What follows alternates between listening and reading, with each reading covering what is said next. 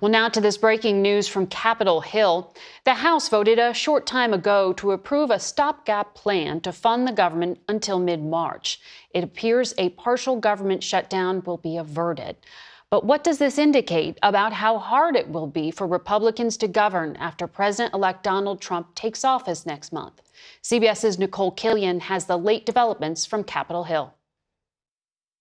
With hours to go, 'twas 5 days before Christmas, and all through this house, not a lawmaker was resting, not even their spouse. the House rushed through another plan to keep the government open before a midnight deadline. This is a good outcome for the country. I think he certainly is happy about this outcome as well.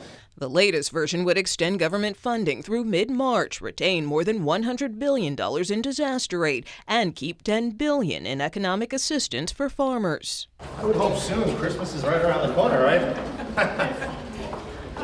We know two things are happening. We're going to make a decision, and Santa's coming. But it no longer includes a key provision pushed by President-elect Donald Trump to suspend the debt limit, which would have provided more leeway for his agenda by giving the U.S. more borrowing authority. Have you briefed the president-elect, yes or no, on this plan? Well, the president's very interested in how his administration will start in January, so are we. We want him to be on a footing for success.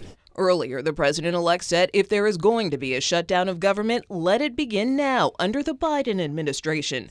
The White House fired back. That Republicans blew up this deal. They did, and they need to fix this, period. In the event of a shutdown, hundreds of thousands of federal workers could be furloughed. Essential employees like active-duty military and federal law enforcement would be forced to work without pay, and national parks and museums would close. But mail would still be delivered, Social Security checks would still go out, and the upcoming inaugural ceremony would proceed as planned. We have been following the deliberations. For Ted Kendall, a fifth-generation farmer from Bolton, Mississippi, who's counting on additional farm aid, his livelihood is on the line. We need this assistance in farm country. If we don't get some help, a lot of farmers are not going to be able to survive. The last government shutdown was back in 2019. It lasted more than a month and cost the U.S. economy roughly $11 billion. Tonight's vote comes as lawmakers are set to recess for the holidays. Margaret.